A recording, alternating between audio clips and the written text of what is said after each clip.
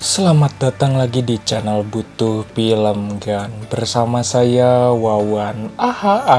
Jos. Kali ini kita akan bahas cerita singkat anime Mushoku Tensei Jobless Reincarnation season kedua. Tapi sebelum masuk ke ceritanya, kita mau ngingetin ke kalian, jangan lupa untuk klik subscribe dan like juga guys.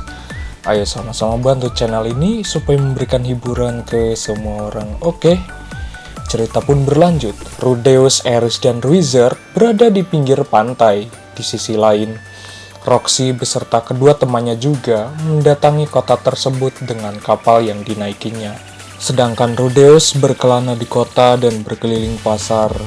Saat akan naik ke kapal, Rudeus ditanyakan oleh seseorang yang kenal dengan kelompok Dead End. Di restoran perjalanan naik kapal itu, mereka membahas duit yang dibutuhkan sekitar 2000 koin zamrud, di mana jumlahnya cukup banyak.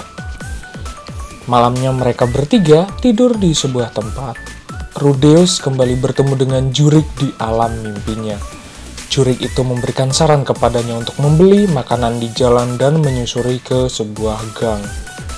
Paginya, Richard dan Eris berlatih bertarung di pinggir pantai.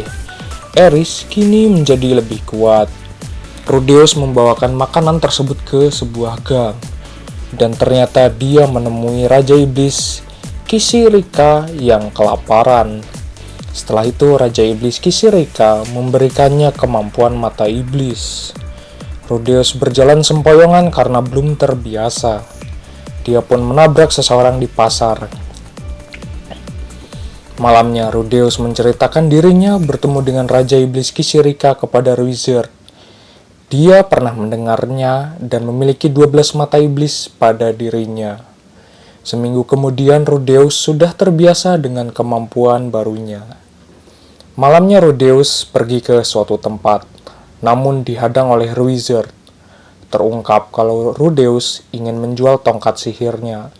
Tetapi Wizard menyarankan untuk mengatasi masalah tersebut bersama-sama. Tiba-tiba, di belakang ada seseorang yang sudah pernah ditabrak Rudeus di pasar, datang menghampiri mereka berdua. Bernama Gallus Cleaner mengenalkan dirinya.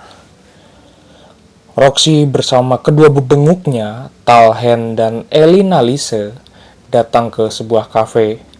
Mereka berusaha mencari keluarga Paul Greyrat. Ada party lain mengajak Roxy sang penyihir itu untuk bergabung dengannya. Namun Roxy menolaknya karena sudah punya party sendiri dan berada di rank A.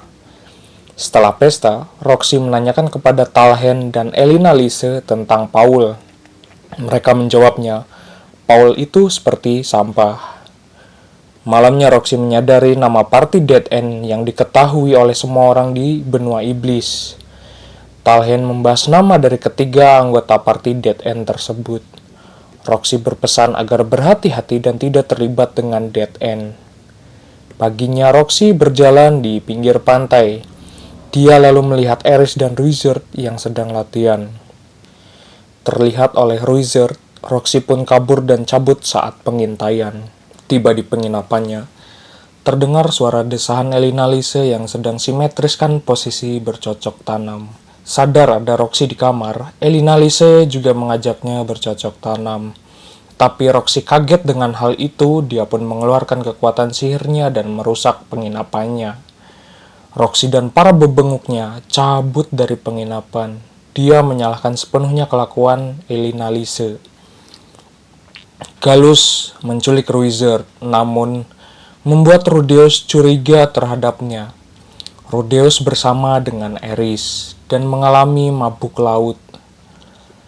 Tiba di sebuah kota, Rudeus masuk ke area bawah tanah oleh para penyelundup. Dia pun lalu dibebaskan Wizard yang diculik oleh Gallus. Dia juga berpesan untuk melepaskan anak-anak dari manusia hewan yang ditahan. Wizard mengurusi para penjaga di sana, sedangkan Rudeus menyelamatkan anak manusia hewan. Namun sayangnya ada satu yang menjadi korban.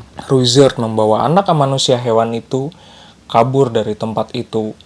Tetapi Rudeus disuruh olehnya untuk kembali ke penjara melepaskan seekor asu. Rudeus ketahuan oleh suku dari manusia hewan yang berusaha melepaskan hewan suci dan dia pun ditangkap. Rudeus dipenjara dan seluruh badannya dibuka-bukaan plus-plus. Hari kelima, dia pun didatangi oleh seseorang yang dipenjara bersamanya di satu sel, bernama Nukadia. Dia dijebloskan karena ketahuan curang saat bermain judi, sedangkan Rudeus masuk penjara karena ingin meloloskan hewan suci dan tuduhan palsu kepadanya. Malamnya mereka berdua ribut besar karena masalah tuduhan palsu. Rudeus menjelaskan kepadanya mereka sama sekali tidak peduli soal tuduhan palsu kepadanya. Di sisi lain, area kampung tersebut terbakar hebat. Rudeus yang berhasil meloloskan diri dari penjara melihat kejadian mengerikan itu. Nukadia menjelaskan kepadanya kalau mereka adalah komplotan para penculik manusia hewan. Rudeus kemudian berusaha menyelamatkan manusia hewan. Dengan kekuatan sihir air, dia memadamkan kebakaran dengan hujan. Rudeus kemudian membantu salah satu petinggi manusia hewan mengalahkan para penculik. Di belakang datanglah Galus, yang ternyata dia telah merencanakan penculikan tersebut dan memanfaatkan parti Rudeus. Datanglah hewan suci dan menyerang Galus. Rudeus juga mencoba menyerangnya dengan sihir angin. Pertarungan pun berlangsung sangat sengit. Rudeus pun terlukai oleh serangan pisau darinya. Dengan bantuan hewan suci dan Nukadia, Rudeus berhasil mengalahkan Galus. Rudeus selalu terbangun dan dihampiri oleh Eris dan Wizard beserta beberapa warga manusia hewan suku Dedordia. Kepala suku Dedordia mengucapkan rasa terima kasihnya karena membantu penyelamatan anak-anak dari penculikan. Di sisi lain, Sauros Boreas Greirat dijatuhi hukuman mati karena tidak dapat mengatasi bencana sihir yang terjadi. Eris bermain bersama kedua anak manusia hewan itu saat hujan. Rudeus mengintipnya di balik sebuah box, tetapi kemudian diganggu oleh hewan suci dan Gies Dedordia. Malamnya, Eris mengajarkan bahasa kepada Tersena dan Tona.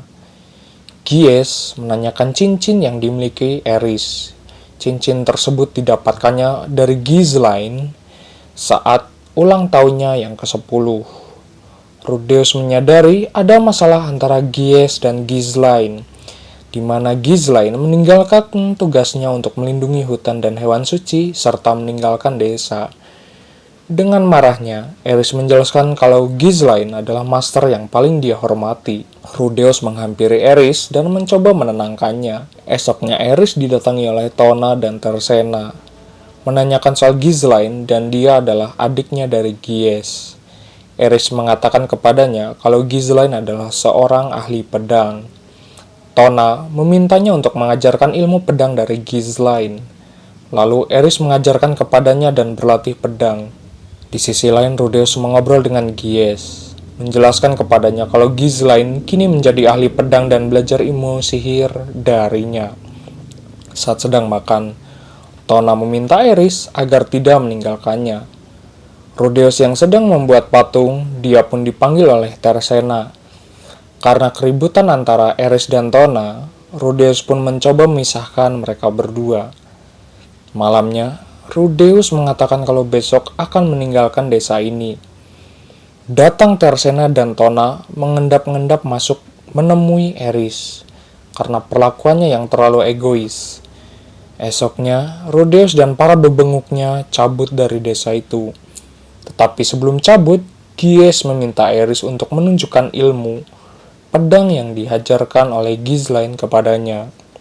Saat di tengah perjalanan, dia pun dihampiri oleh Nukadia dan ikut pergi bersamanya. Rudeus melihat ada batu monumen. Nukadia menjelaskan kalau itu adalah batu monumen 7 kekuatan dunia. 7 kekuatan itu adalah dewa teknik, naga pertempuran, iblis, kematian, pedang, dan dewa utara. Anyway, cukup segini pembahasan ceritanya. Sampai jumpa di video berikutnya. Bye-bye.